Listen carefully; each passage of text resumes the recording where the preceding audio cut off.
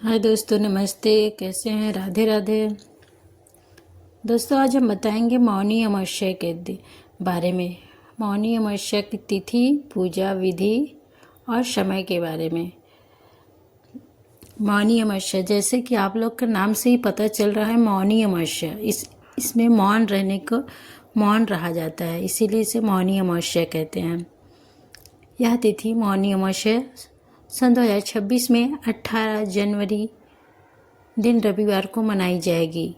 हिंदू पंचांग के अनुसार माघ मास की अमावस्या तिथि 18 जनवरी की रात 12:03 से शुरू होकर 19 जनवरी रात 1:21 तक रहेगी।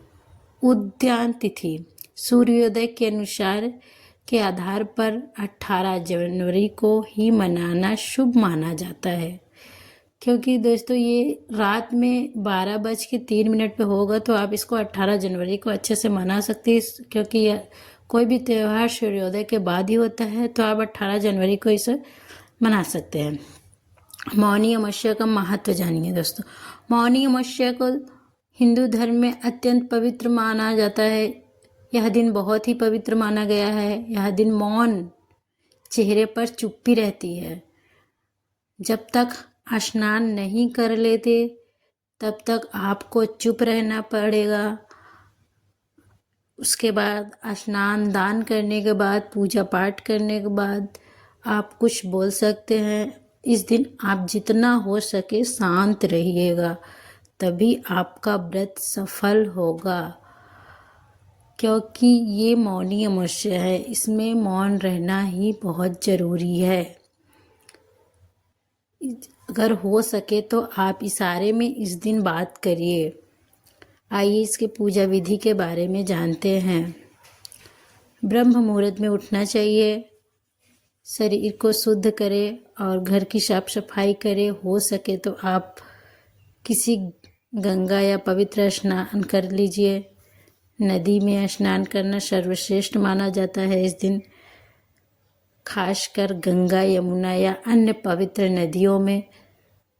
यहाँ जाके आप स्नान अगर संभव हो तो कर लीजिए। अगर ना संभव हो तो आप अपने नहाने वाले पानी में गंगा जल मिलाकर स्नान कर लीजिएगा। बहुत ही शुभ होता है इस दिन गंगा जल से नहाने में। और दोस्तों, इसमें मौन व्रत रखना बहुत ज़रूरी है। दिन भर आप मौन रहिए।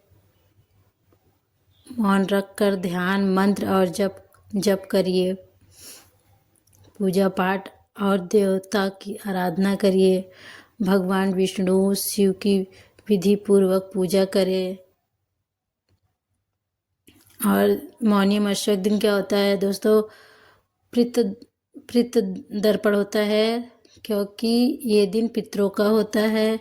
शाम को पितरों का नाम तर्पण श्रद्धा करें। तिल, तर्पित जल और पिछलित सामग्री से तर्पण करने से माना जाता है। और हो सके तो इस दिन आप पशु पक्षी को बिल्कुल भी नुकसान ना पहुंचाएं, क्योंकि ये पितरों का दिन होता है। तो आप लोग को पता होगा कि हमारे पितृ लोग पशु पक्षी के रूप में आते हैं। और हो सके तो उनको आप कुछ खाने के लिए उनको रख दीजिए छत पे जाके। और इस दिन दान पुण्य जरूर करिए। दान क्या क्या दान करें, आइए जानते हैं। दान वस्त्र, भोजन, पितरों को तिल, गुड़, हल्दी के पीले वस्त्र आदि दान करें। दान और सेवा का पूर्ण काल प्राप्त होता है और जीवन में सुख समृद्धि बढ़ती है और आपके घर में बरकत बनी रहेगी। दोस्तों, आप लोग को पता चल ही गया होगा कैसे होता है।